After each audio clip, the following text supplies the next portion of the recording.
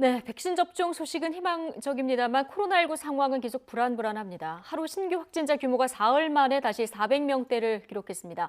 설 연휴를 지나면서 가족 모임 등을 통한 집단 감염이 확인되고 있고요. 또 감염 경로가 확인되지 않은 환자 비중이 역시 늘어나면서 이번 주 거리 두기 조정을 앞둔 방역 당국의 고민도 커지고 있습니다. 취재 기자 연결해 보겠습니다. 자, 이승훈 기자. 네, 이승훈입니다. 예. 이틀 연속 300명대에 머물렀던 신규 환자 수 다시 400명대로 올라갔네요. 예, 그렇습니다. 영시 기준 신규 확진자 모두 440명입니다. 말씀하신 대로 병원과 가족 모임 등을 통한 집단 감염 등의 영향으로 하루 신규 환자 규모가 다시 400명대가 됐습니다. 감염 경로를 보면 국내 발생이 417명이고요. 해외 유입 사례가 23명입니다. 국내 발생을 지역별로 보면 서울이 138명, 경기도 137명, 그리고 인천 17명 등 수도권 신규 확자만 292명입니다. 비수도권의 경우에는 광주가 35명이고요. 대구 17명, 경북 15명, 부산 13명 등입니다. 또 코로나19로 숨진 사람은 3명이 더 늘었고 위중증 환자는 8명이 줄었습니다.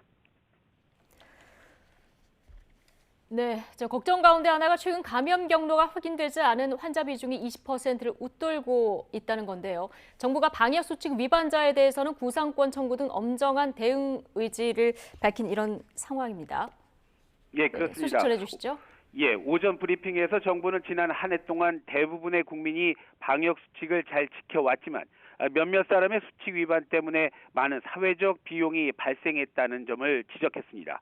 그러면서 방역 수칙 위반자에 대해서는 엄정한 법 적용, 특히 위법 행위에 대한 구상권 청구를 준비하고 있다고 밝혔는데요. 이에 따라서 법무부를 중심으로 지자체와 함께 구상권 협의체를 만들어서 각 지자체별로 구상권 청구가 필요하다고 판단할 경우에는 이를 위한 위법 행위 여부와 함께 인과관계 또 손해액을 입증하는 걸 중앙정부가 돕기로 했습니다. 이와는 별도로요. 오늘부터 모든 해외 입국자에 대한 PCR 음성 확인서 제출도 의무화됐습니다. 본격적인 백신 접종을 앞두고 변이 바이러스의 국내 유입을 막기 위한 조치인데요. 이에 따라서 확인서를 내지 않은 외국인은 입국 자체가 금지되고 내국은 역시 제출하지 않으면 임시생활시설에서 진단검사한 뒤에 14일간 격리하는데 이와 관련한 비용 모두 본인이 부담해야 합니다. 또 확진자 발생 상황과 전망치를 바탕으로 한 정부의 거리두기 조정안이 지금 준비되고 있는데요. 이르면 26일쯤 발표할 걸로 보입니다. 지금까지 YTN 이승훈입니다.